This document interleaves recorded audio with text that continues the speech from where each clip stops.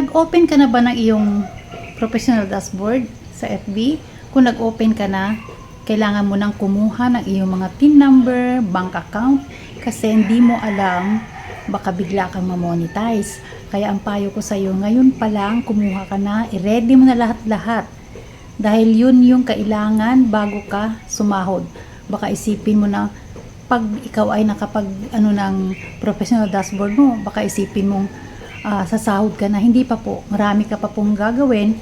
Kukuha ka pa ng PayPal account mo, bank account, or ano man ang gusto mong gamitin. I-ready mo na po yun para pag ikaw ay na-monetize na, pwede mo na siyang i-set up. Kasi yung iba naghintay pa ng ma-set up sila bago kumuha. Matagal-tagal pa yun. Kaya pag ikaw ay nag-open na ng professional dashboard mo dyan, ay i-ready mo na rin yung mga gamit, yung mga gagamitin mo. Kung sa ID, gagamitin nyo, pwede yung SSS ninyo, driver's license, ayan, yun ang gagamitin ninyong para sa pag-set up ng mga kinakailangan sa pagkuha ng inyong tawag dito, pagkuha ng inyong sahod kay Meta. Kaya i-ready nyo po yun. At hindi yung pagkatapos na ng mga ilang araw ma-set up mo yan, pwede kang hindi makapag-set up kasi nga dapat ay mga ilang lang yun, ilang araw o ilang weeks lang baka mabawi sa iyo yung setup mo.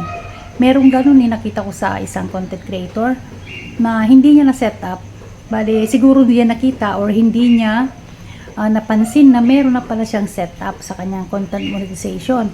Di nung nakita niya, wala na yung kanyang setup, kaya hindi niya nakuha, hindi siya nakapag-setup. Yun yung kailangan nyong gawin. Pag setup ninyo ng inyong professional dashboard, kumuha na rin kayo ng mga gagamitin. Mag-ano na rin kayo ng bangko, punta kayo sa bangko, magtingting na kayo sa kung ano ang pwede, magtanong-tanong kayo. Marami kasing kukunin pa dyan. Kaya yun ang ayusin nyo muna pag nag-prepare na kayo na papasok kayo sa pagiging content creator or sa YouTube man, pwede kayong mag-ready na. Huwag yung nandyan na saka pa kayo mag-ready. Kasi hindi ko alam biglang bawiin niya pag naandyan na. O diba? Ako nung start na ako maglagay ng content monetization, nag-ready na ako nung ako nag-open ng professional dashboard, ibig ko sabihin. Ayan. Kaya, set up mo na yan. Para pag dumating yung setup ni boss natin ay pwede mo nang i-set up agad-agad pag nag-pop up na yan dun sa iyong notification. Ayan, maraming salamat po sa panonood sa aking video ha. Kung saan man kayo dito sa atin sa bansa, pwede po kayong mag-comment dyan kung ano at saan kayo para ma-shoutout ko naman kayo. Ayan. Sige, yun na nga. Dapat nyo gawin. Mag-comment ka dyan. I-shoutout ko kayo sa susunod kong vlog. Ayan, maraming salamat po.